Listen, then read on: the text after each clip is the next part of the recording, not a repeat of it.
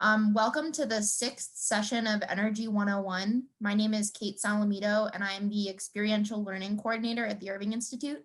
And I'm really excited to welcome you to the very last session of Energy 101 this term. So today we're going to be talking about navigating energy transitions. Specifically, we're going to be looking at Dartmouth's energy transition as a case study of this, and then we're going to talk more generally at the very end about energy transitions in general in the US and across the globe, and share some closing thoughts from the series. So without further ado, I will welcome Rosi Kerr, the Director of Sustainability at Dartmouth, who is going to be providing us the bulk of our learning chicken nuggets today. If you want to stop me, interject, if you have questions, please feel free to do that. I'm happy to take this conversation any direction you would like to go. I have no need to stick by my slides or take it any particular direction. But by way of background, in terms of how is Dartmouth related to navigating energy transitions, one way to think about the college is, and Hanover in general, is that we're sort of a microcosm of anywhere, right? Dartmouth is a physical entity that consumes resources and has this ecosystem of consumption and production of waste. Every day we inhale people drive into campus. We have deliveries of stuff. We inhale fuel, and every day we sort of exhale CO2 out the smokestack, as you can see here, trucks to the landfill, various, sewage to the septic plant, various other kinds of waste. And in that way, Dartmouth's metabolism is like anywhere. It's like Mumbai or Boston or anywhere you can think of, on obviously a different scale than some of those places, but with the same inputs and outputs. So that's one way to think about it. And in that way, Dartmouth is, because it's a microcosm of anywhere, how we're going to navigate our energy transition can serve as illustrative for anywhere, or at least provide some insight. Just a word about the Sustainability Office. So I report to the provost, who's Joe Helbley, and I have a dotted line report to the head of campus services.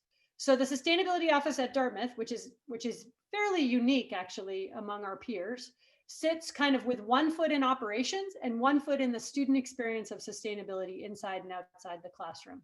We're mostly going to focus tonight on our role in operations, but I just wanted to mention the student experience for a little bit.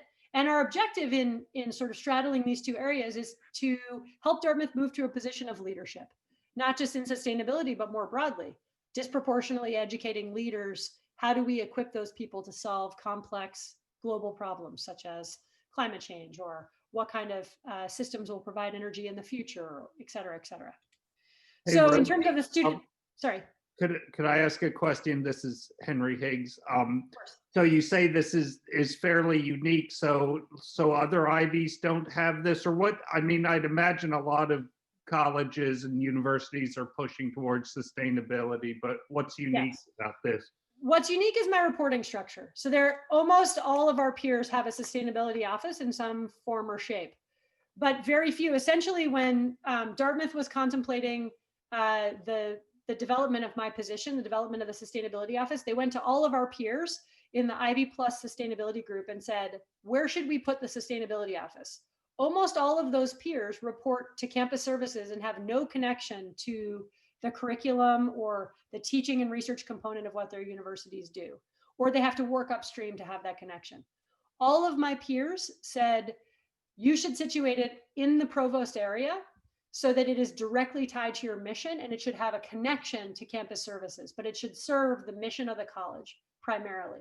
So Dartmouth did that, which is interesting because all of my peers recommended it, but none of them had that reporting structure. And they were all frustrated by the extent to which they were kind of boxed in operations. So that's the way in which we're unique. Not that we have a sustainability office, which there are many colleges and universities that have them. There is, in fact, an association for the advancement of sustainability in higher education that has something like 5,000 members. So there are many sustainability offices. This is the Sustainable Moving Sale, which many of you have actually helped with in the past. And this is the Eco Crew, a group of students who help out with the Sustainable Moving Sale every year. And their role is actually to introduce freshmen to the concept of sustainability in their first couple of weeks. In a normal year, non-COVID year, we would be running the Sustainable Moving Sale. We would have run it in the fall. And like everything in the office, all of the student-facing programs, the Sustainable Moving Sale came out of a student who came into the office with an idea. And that happened actually before the existence of the current form of the Sustainability Office in 2006. This was a student and community run event that then moved into the office when we started in 2010. The organic farm is situated in our office. And the organic farm is actually a wonderful gateway for students into sustainability, students who come in passionate about the food system or passionate about connecting with other students and being in a beautiful landscape. And we find that a lot of students start at the farm with a farm work day, and then they end up joining the office and working on, say, the energy system or waste or something like that later in their Dartmouth career. We also, along with the Irving Institute of Energy and Society, we take students on trips to learn about the energy system, which we might have mentioned, or they might have mentioned in our last conversation. But this is a group of students on the Gulf Coast of Texas. One of the things that we found is that students are hungry to connect what they learned in a class with the actual world, the real world. So for those students who are on this call, this is something we've done in the past and hope to do again in the future, in post-COVID time. And it really enables students to see the energy system much more holistically. Students usually come in with a strong perspective or bias. For example, coal is bad, wind is good, or wind is bad because it kills birds, or whatever. They come in with these very defined biases, and it's very difficult to maintain those when you go on an experience that allows you to immerse yourself in the energy system and meet people who are working across the industries that you may feel strongly about. So I wanted to start talking about Dartmouth's energy transition and navigating energy transitions with an acknowledgement that one of the things, the first 6 years I was at Dartmouth, one of the main focuses that I had in helping Dartmouth lay out its energy transition and navigate it was to set new goals. When I arrived at Dartmouth in 2010, we had a greenhouse gas emissions goal, and it was Dartmouth's only publicly stated sustainability goal, but it was not particularly ambitious or audacious. It would not require us to do very much to meet that goal. So for the first 6 years I was at the college, I spent a lot of time working on gaining alignment in senior administration for a new set of goals that would develop a much more ambitious set of energy and sustainability targets that would help drive that energy transition. And in thinking about speaking to you all tonight, one of the things I realized was that that's a critical component of navigating the energy transition, is figuring out where you want to get. What are you trying to transition to? Not necessarily what energy systems are you going to use to accomplish your goals, but what is the goal? In our case, we set an ambitious target to reduce our greenhouse gas emissions from our previous baseline. So on this graph, you will see our current annual emissions in blue. You can see the old target established by President Wright in 2008, which was a 30% greenhouse gas emissions reduction by 2020. And you can see the new goals set by President Hanlon, which is this green line, a 2025 target of a 50% emissions reduction and a 2050 target of an 80% emissions reduction. So our greenhouse gas emissions is the framing target for navigating our energy transition. I'm sure you're all familiar with greenhouse gas emissions, but those are the things that cause climate change. For the purposes of understanding Dartmouth's impacts, or the impacts of anyone on any commercial or industrial large-scale energy consumer on climate, we take all of the emissions of different types like methane or freon or whatever, and we normalize them into carbon emission equivalents. So that's what the metric ton CO2e is on the left-hand axis, the vertical axis, and then fiscal year on the horizontal axis. We also think about, just helpful framing for the purposes of this conversation, we think about our greenhouse gas emissions in scopes. This is a standard that is outlined by the World Resources Institute, and it's a globally adopted standard of greenhouse gas emissions counting. So scope 1 emissions are all of our direct emissions from fuels we consume that go up our smokestack. Our scope 2 emissions are all of our electricity related emissions. So obviously, if you're consuming electricity, you're not responsible for 100% of the emissions of the plant that is producing the electricity on your behalf, but you are responsible for the fact that you've purchased that electricity, and you're therefore responsible for the emissions produced on your behalf. That's our scope 2 emissions. Our scope 3 emissions is everything that we produce that is an indirect emission. So if Kate and I go to a conference, Dartmouth is not responsible for the emissions of the entire airplane that we would use to fly to a conference, but it is responsible for Kate and my emissions on that airplane. So the percentage that's associated with us traveling on that airplane. But obviously Dartmouth doesn't own the airplane. Those emissions are not directly emitted by Dartmouth, but it is our role at Dartmouth that is sending us to that conference, and therefore we are responsible for those emissions. Similarly, for people commuting to work, students commuting to campus, emissions associated with our food system. There are lots of indirect emissions that an institution produces, but that is by far the hardest category to account for and get your arms around. This greenhouse gas emissions target refers just to our scope 1 and 2 emissions, our direct emissions and our electricity associated emissions. The reason for that is we don't yet know what our scope 3 emissions are, at least not in totality. It's very difficult to account for, and we're beginning to chip away at the process of accounting. For example, how do you account for all of the commuting done by Dartmouth employees and students coming to and from break? Well, you need to figure out how are people traveling and how often are they traveling and are they carpooling some days and et cetera, et cetera. You can see that it becomes very complex. What kind of car are they driving? Becomes very complex very quickly. So hopefully that's a little bit of technical dive into this slide. But the important thing about this slide, the high level takeaway, is that these goals, this green line, is what drives change in our energy system, at least partially. Oops.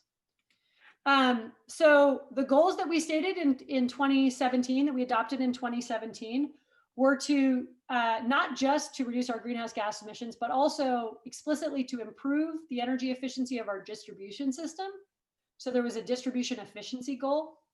There was a supply goal, that is to transition to renewable energy as opposed to consuming fossil fuel. And there was a greenhouse gas emissions goal. A tiny little triumph, which gives you an idea of what a huge greenhouse gas and energy dork I am, is this under greenhouse gas emissions, it says a 50% reduction by 2025 with no offsets, 2010 baseline. That actually represents a significant accomplishment because previously we had a 2005 baseline, which is back here. By moving our baseline to 2010, we effectively made the bar higher. But it's a way to move the bar higher without freaking anyone out that you're going to get to a 97% emissions reduction or 100% emissions reduction. A word about no offsets. What that refers to is purchasing carbon offsets. So one way you can achieve your greenhouse gas emissions goals is by paying someone else to avoid emissions or reduce emissions on your behalf, whether that's by planting trees or putting in renewable technologies that reduce their emissions or non-combustion technologies. From the perspective of the atmosphere, whether you're reducing emissions on my behalf or I'm reducing emissions, it has the same effect. But because the offset market is fairly undeveloped, Dartmouth made the decision to focus on what we can do with no offsets. So there's no kind of loopholes in the system for us to pay someone else to reduce emissions. By way of comparison, this is actually a little bit out of date, but here's how some of our peers are thinking about both their greenhouse gas emissions and also how they're going to get there. So this is a chart that shows our peers' planned emissions reductions, our planned emissions reductions, and how they plan to get to those emissions reductions. So you can see some of our peers have a goal of 100% emissions reduction. All of the peers in that category have this green category of carbon offsets as part of their plan as to how they're going to get there, because it is very difficult to run a university and produce zero emissions in real terms going out a smokestack. So what they have chosen to do is include emissions as a possible strategy. So in this, another look at our peers, we can see our peers' emissions reductions compared to their goal. So this is where our peers were at the time of this, which I think was 2017. in comparison to where they're trying to get. These gray dots represent where they're trying to get. So you can see everybody's trying to figure out how are they going to get to their carbon emissions reduction goal. Please ignore the tiny little human in the background. That's my daughter. And they're doing it in slices, right? They're not using any one strategy to get all the way there. They're doing it in slices. So this is similar to the approach if you look at something like Paul Hawkins' The Drawdown Project. So Paul Hawkins, a noted environmentalist who's been writing on environmental topics for many years, he is the recent author of this attempt to kind of break down climate change into feasible bite-sized pieces that we as a society can work on. I recommend checking out the Drawdown Project. It's a really interesting look at how we could avoid catastrophic climate change and how to reduce global emissions. But their basic objective was, how can we reduce emissions in bite-sized wedges that are financially achievable as well as operationally achievable? And how do we sort of quantify how we're going to do that? So refrigerant management is the #1 ranking approach on Paul Hawkins' Drawdown Project. But essentially it's trying to take the problem and break it apart. That's how we're going to achieve our next generation energy systems. So this is a slide I use when I'm talking to students, because I think it's really helpful for them to understand why we're focused on the energy system. This shows the correlation between the Human Development Index, which is a measure of well-being that's both qualitative and quantitative. It takes into account things that are indicative of high quality of life, access to healthcare, life expectancy, measures of well-being, access to education, child and maternal health. And it compares those things to energy consumption. So what is interesting to me about this is it shows that access to affordable energy and the ability to consume energy doesn't just correlate to financial productivity, it also correlates to a higher quality of life. This is probably intuitive to many of you, but I feel like it's really important. Obviously, when you have lighting at night, for example, and your children are able to study after dark, that's really important. Obviously, when you have refrigeration, that radically improves the quality of your life. When hospitals in your society have access to energy, it radically improves the kind of care they can provide. And all of those things improve people's well-being over time. So I like to show students this slide because it's not just about commercial and industrial energy production, but also how it is to live, what it's actually like for people on the ground. We talked about this last time, but one of the things that I think about a lot is, this is the Gantt chart that you guys have seen over and over again. I think this might be an earlier version than I showed you last time, but effectively it's very similar today.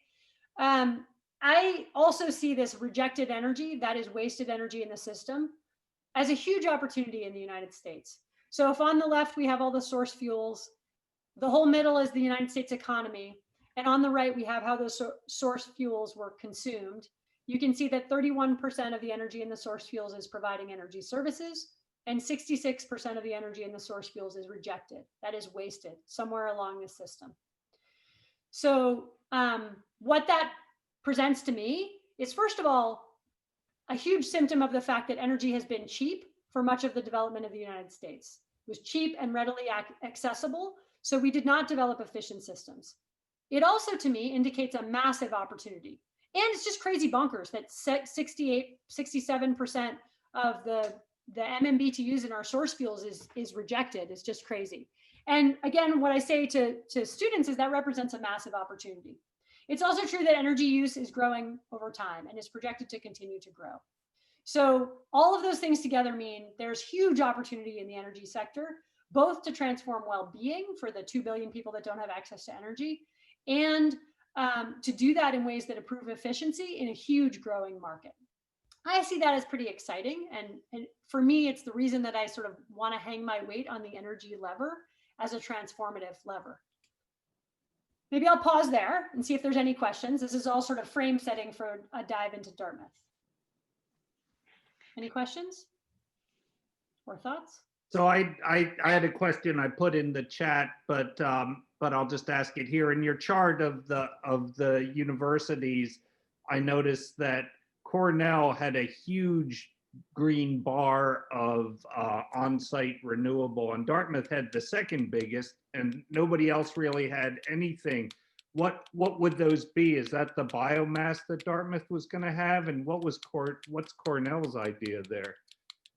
So Cornell's is lake source heating and cooling, large scale, huge solar arrays, and I believe they're also doing some on or near campus wind. Dartmouth's green bar, which is now out of date, represented large scale solar behind the meter and biomass at the time. Several people asked, am I going to address biomass? And the answer is yes. So I'll kind of walk you through how Dartmouth got to the biomass decision and where we are now, which is in a very different place than probably some of you last saw me talk about this. But that's where those bars were. Does that answer your question? Thank you. Okay, cool. Any other questions here? Okay. So I thought I would just take a second and explain how Dartmouth's energy system works, because it's helpful as context for how we're going to move forward.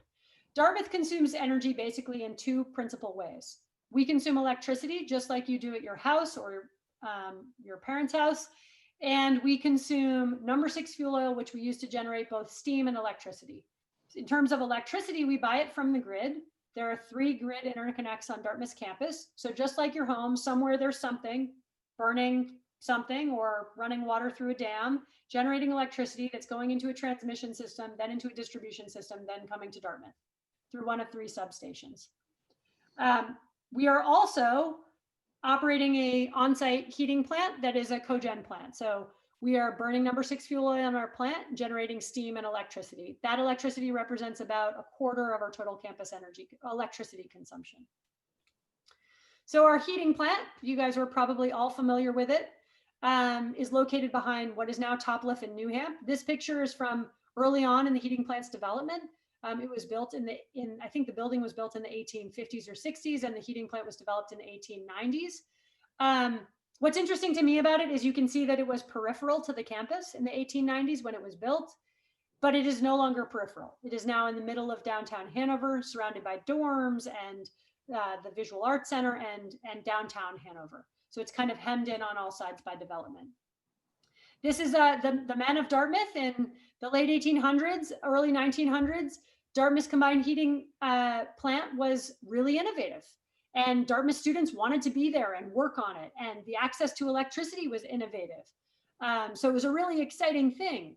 And basically, the reason that we run a steam plant and we use steam for heating is because in the 1890s, when the plant was developed, that was the cutting edge technology. It was the era of the steam engine, right? And steam turbines and generating electricity using steam turbines was cutting edge technology that all these young men were very excited to work on. A brief overview of Dartmouth's heating and electricity system.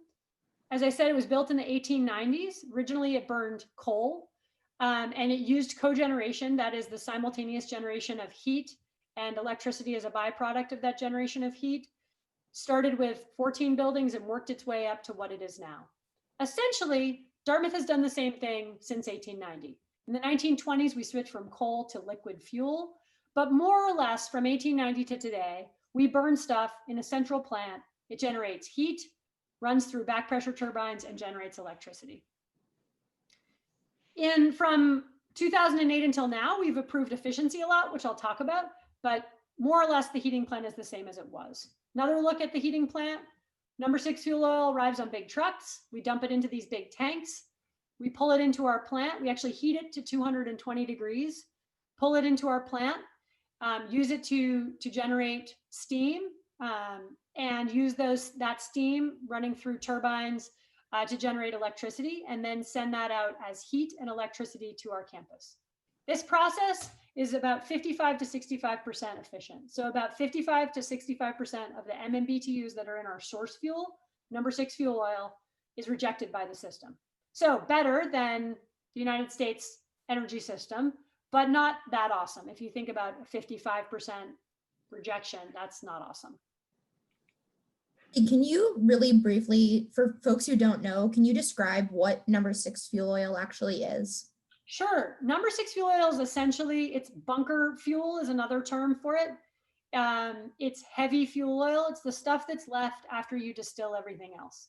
So basically you take crude oil and you burn off high energy fuel, starting with jet fuel and working your way down. And when you burned off everything you can burn off, you're left with number 6. It's solid at room temperature, pretty much solid, very, very, very slow moving liquid. So in order to pipe it into our plant, we have to heat it to 220 degrees to liquefy it and bring it into the plant. If you have a jar of it and like put it down on your desk, if you didn't know what it was, you would think it was molasses, right? Based on the color and the way it moves. Yes. So, and you can flip that jar over at room temperature and nothing moves, just stays where it is. It smells pretty nasty and it has all of the impurities of oil in it. So all of the stuff that was in the crude oil that didn't boil off is left in that number 6 fuel oil, including mercury and a variety of other things we wish we weren't burning. So we take that number 6, we pipe it into the plant, we burn it in 4 boilers to 650 degree, to create 650 degree superheated steam. We then step that down through 3 back pressure turbines to a safe pressure and temperature, and send that out to the campus via a network of tunnels. So someone asked, what is the main cause of all that energy that's being rejected in the system?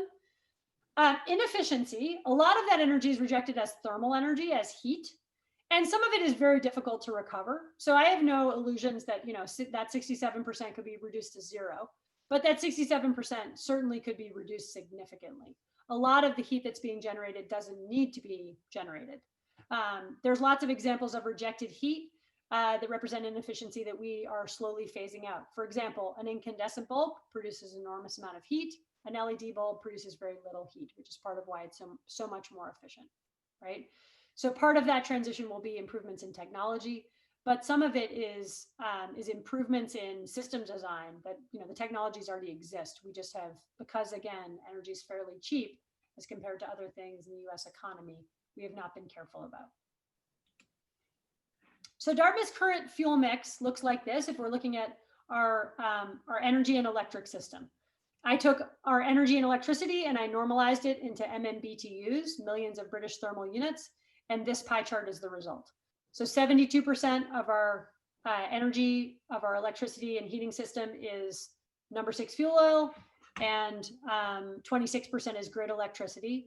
And then a small percentage, 2%, is rooftop solar. We've put in about 16 arrays in the last 3 or 4 years at Dartmouth, and that's where that yellow wedge is coming from. It's entirely rooftop at this point. So much like eating a delicious pumpkin pie, which I hope to be doing soon as we go into the fall, we're going to think about how to transition, you know, this pie chart, which is mostly number 6 fuel oil, to something better. We're going to think about that in wedges, just like Paul Hawken or our peers. We're going to kind of have to break that down into what are the wedges going to be that are going to get us to a whole pie, right? One of the things that I pointed out to the trustees when I arrived at Dartmouth is that because at the time this was really true, it is much less true now for a variety of reasons I won't get into, but at the time, number 6 fuel oil and grid electricity prices corresponded because oil and grid electricity kind of tracked in terms of when oil prices were high, so was the price of grid electricity. They decoupled in post-economic crash in 2008, and this is much less true now. However, I pointed out to them, if you have a $25 million portfolio, you would never want to diversify. You would never want to have your portfolio look like this with 72% in one asset class, right? You wouldn't want to have 72% of your $25 million portfolio of energy cost be exposed to one commodity market. Because, and this is true for Dartmouth, when oil prices go up, we're in a real bind. We experience real pressure because so much of our energy cost is number 6 fuel oil. And that was a pretty persuasive argument that, like, okay, we want smaller wedges. We want a more diversified pie, right? We want lots of pieces, not one big wedge like this. We want to have little pieces. So the question is, what makes a good Dartmouth wedge? We ask a lot of questions about things that we could potentially use as technologies. Is it currently available and scalable? So fission, not currently available and scalable, right? Cool, but not currently available and scalable. Hydrogen fuel cells, not currently available and scalable. Is it economically viable? Is there a business case? There are lots of, could we go 100% solar at Dartmouth? Probably, but it's not economically viable. It's not a good thing for us to do with our resources. And that's not a reasonable thing to do with all of those wedges, to have them. Again, we'd be one asset class, right? Does it have the potential to reduce greenhouse gas emissions in the atmosphere? And what is the emissions reduction over what period of time? So how much emissions reduction do we require to say a technology is good or bad? Are there any negative impacts that are not greenhouse gas emissions? For example, is it reducing food security by displacing land, use of land that could be used for food? Is it converting land from one purpose that maybe sequesters greenhouse gas emissions to another purpose that doesn't sequester greenhouse gas emissions? Is it hurting people? Are there children employed in the supply chain of the thing we're going to buy, et cetera, et cetera? And do we have sufficient data to understand how this thing is going to perform at Dartmouth scale? So there's lots of cool technologies that we don't yet have significant data on. So one thing that Dartmouth has focused on a lot over the past 10 years or more is energy efficiency. Dartmouth is not and continues not to be super highly efficient as compared to our peers. One measure of energy efficiency is our energy use intensity. That is, how much energy does Dartmouth use per square foot of buildings? And our energy use intensity is still high enough that it represents significant opportunity. That is, we are not in the bottom third of in terms of highly efficient among our peers. So we have a long way to go on our energy efficiency, but we've significantly reduced our total campus energy use from 2005 to the present, and we have also grown. So our energy use intensity has improved over the last 15 years. And that's a really important thing and something that we want to focus on, because every unit of energy we are not needing, right, is a unit of energy we don't have to buy. So efficiency is a really strong focus for us. A lot of efficiency improvements are pretty boring and sort of nuts and boltsy and mundane. It's part of the reason energy efficiency doesn't get showcased as much as it should as we think about our energy transition, because people like to think about new cutting edge technologies like solar or hydrogen fuel cells or whatever, solar tiles on rooftops. They don't like to think about replacing broken valves with fixed valves, right? Or dealing with steam trap maintenance or whatever. But those are the things that really move the needle on energy efficiency. We also have replaced old inefficient buildings with new efficient buildings. So this is a picture of the Life Sciences Center at Dartmouth, which replaced a building called Gilman. Gilman was an incredibly inefficient building. So even though the Life Sciences Center is much bigger, it uses significantly less energy than Gilman did. Something like 60% of the energy that Gilman did. And its energy use intensity is much, much better at about 100 MMBTUs per square foot, which is very, very low for a lab building. It's not low for an average building, but very low for a lab building. Lab buildings consume an enormous amount of energy because of the requirement that they flow air through laboratories. Someone said, Elizabeth Berry asked, it's not clear why solar isn't a good wedge for Dartmouth. Not 100% solar, but significantly more than we have now. I did not mean to imply that solar isn't a good wedge for Dartmouth. I think solar is a very good wedge for Dartmouth, but 100% solar is not. So solar definitely is part of our solution, and at a much more significant scale than the 2% of our total energy use that our current solar is producing. Probably the right number for that is something more like 25 or 30% of Dartmouth's total energy consumption. So when thinking about our heating system, I find this schematic quite helpful. I realize there's a lot on this slide, but let's see, when was that?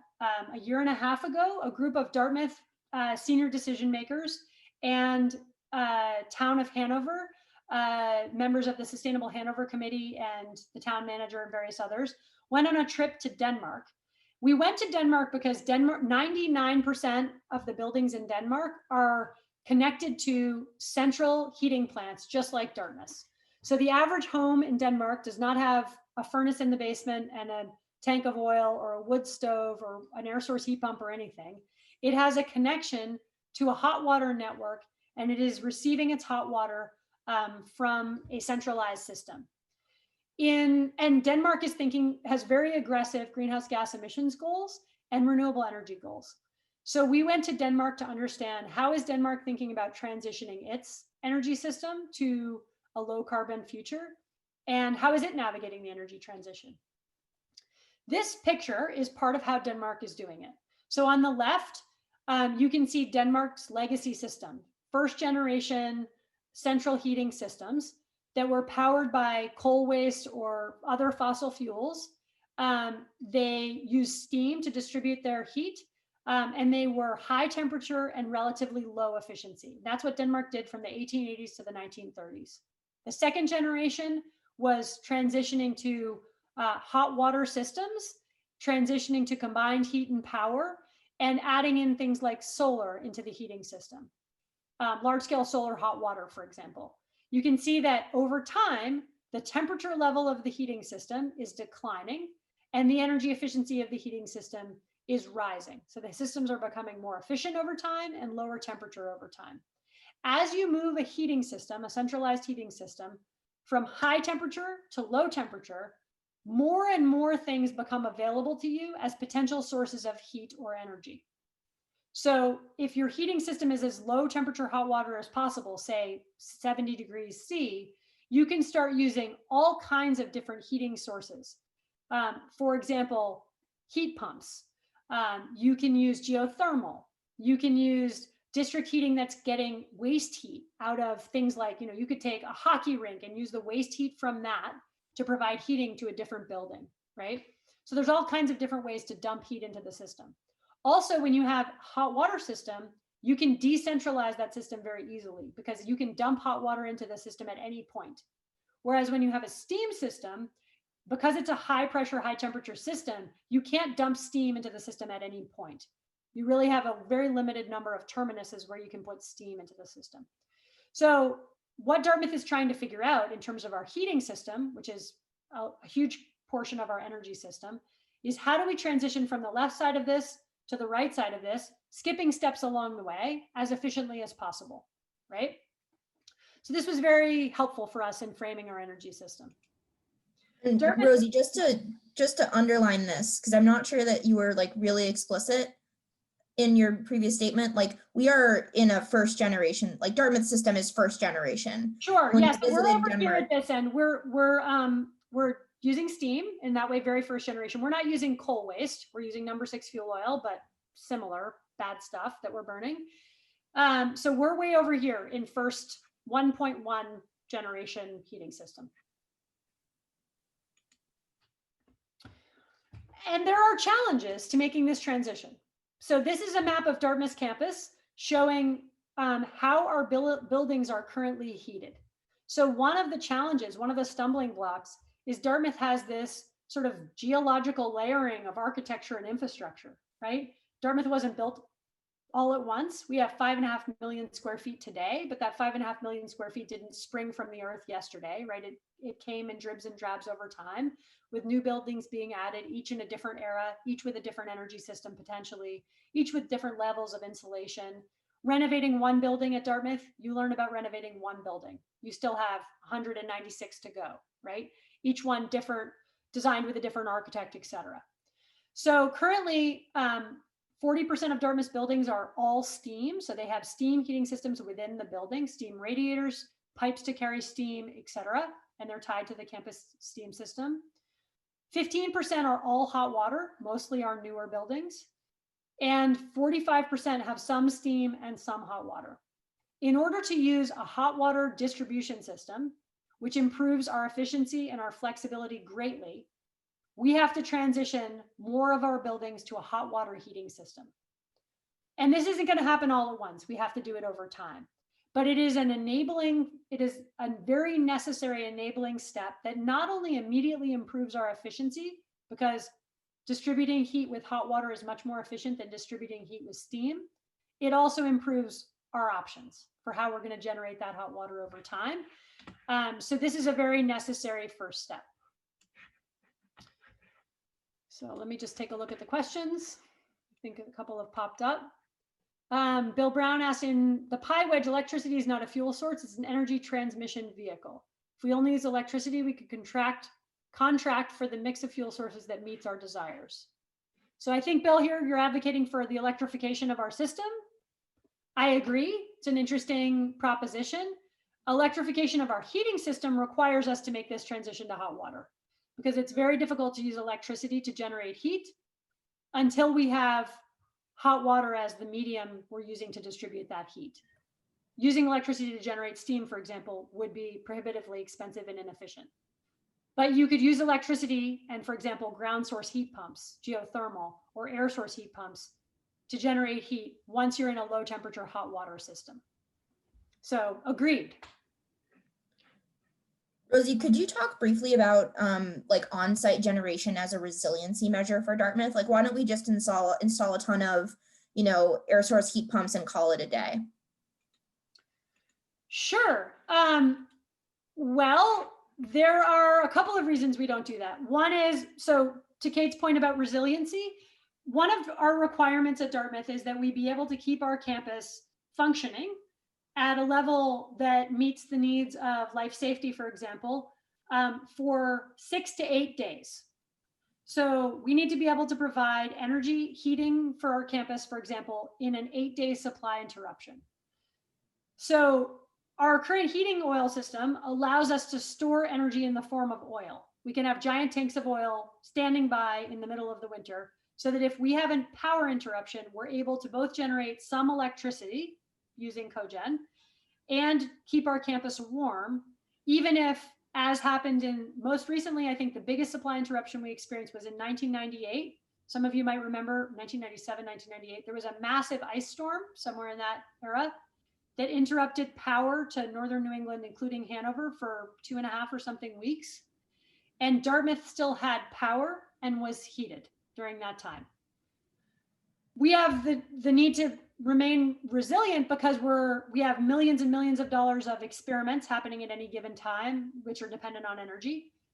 Millions of dollars of grant money that would be wasted, for example, if all of our freezers went off and all of the ice cores that are stored in them that represent many, many millions of dollars in terms of the amount of money that was required to go to Greenland or Antarctica or wherever and drill those ice cores out and store them. This is just one type of science that's occurring at Dartmouth. If all of those freezers shut off and all those ice cores melted, it would be a loss of millions and millions of dollars, times all the different types of experiments that are happening on Dartmouth's campus.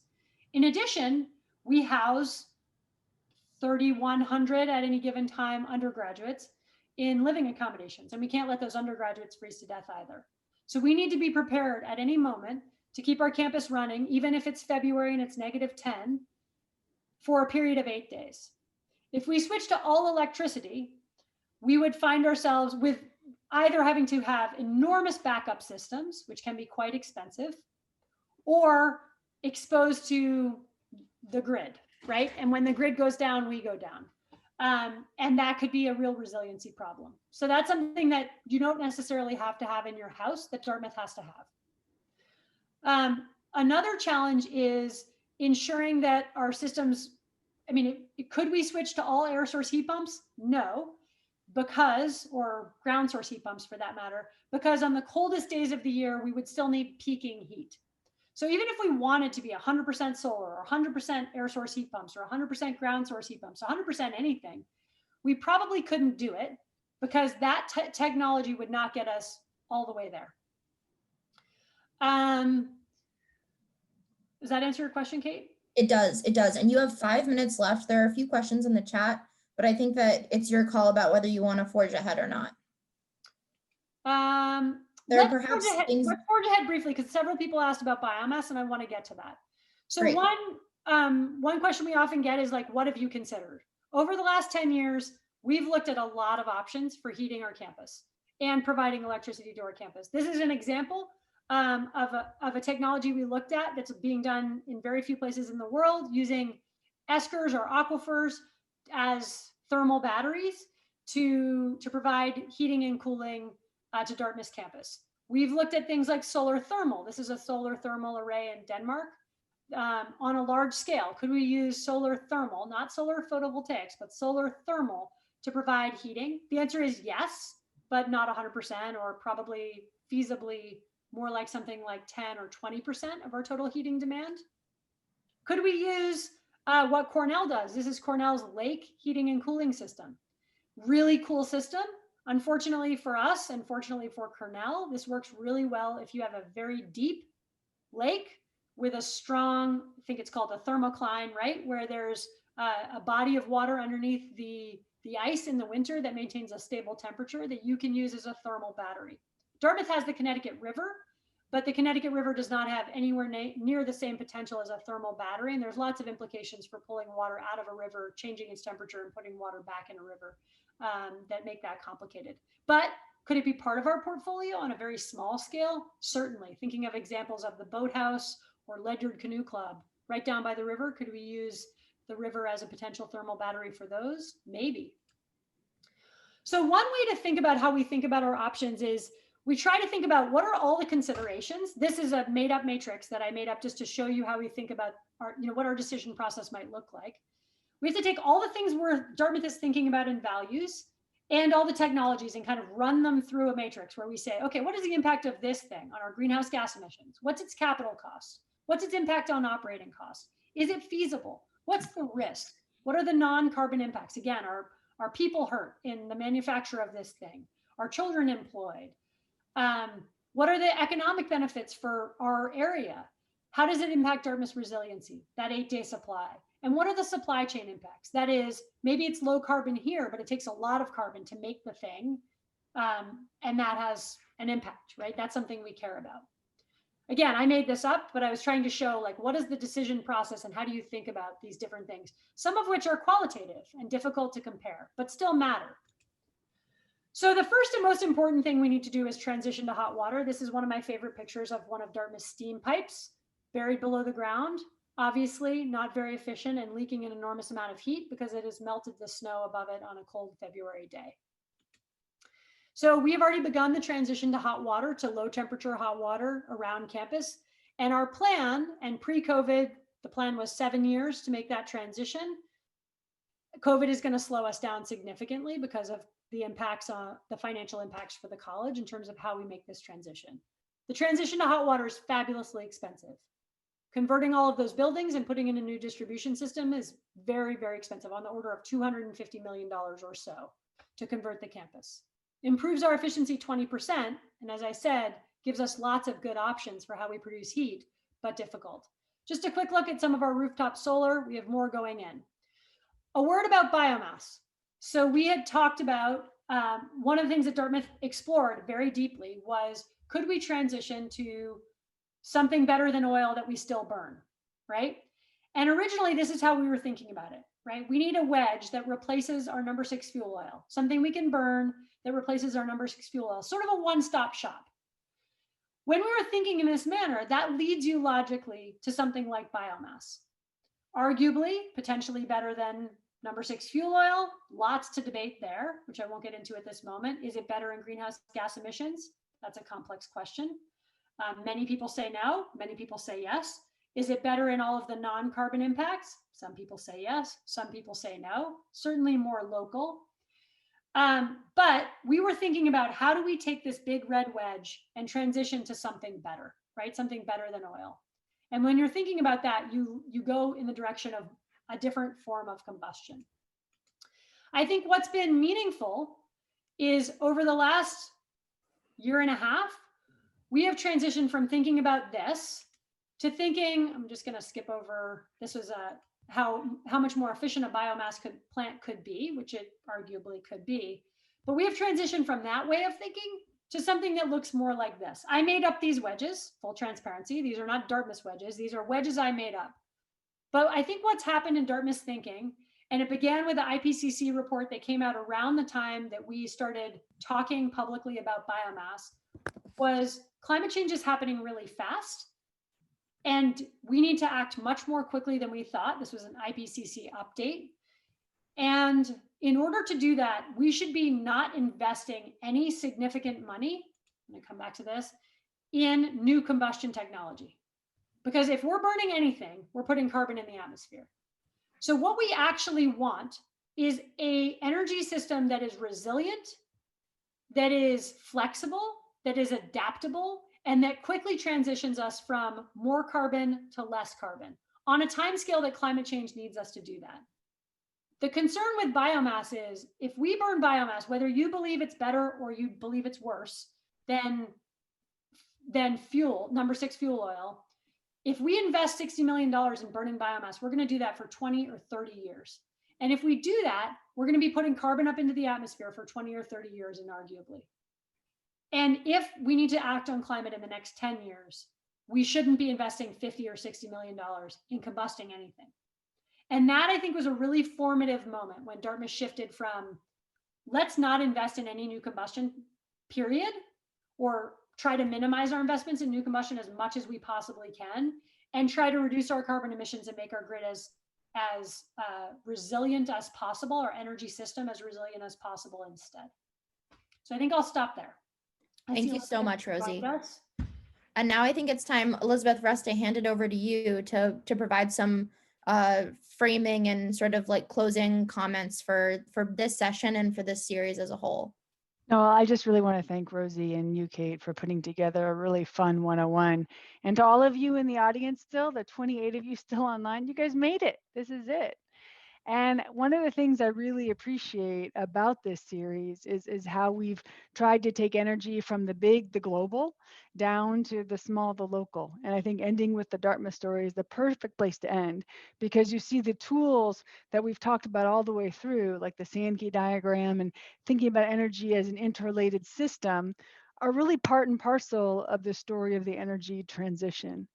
And so, you know, we often quote that Yogi Berra quote that, you know, in theory and practice are the same. In practice, they're quite different.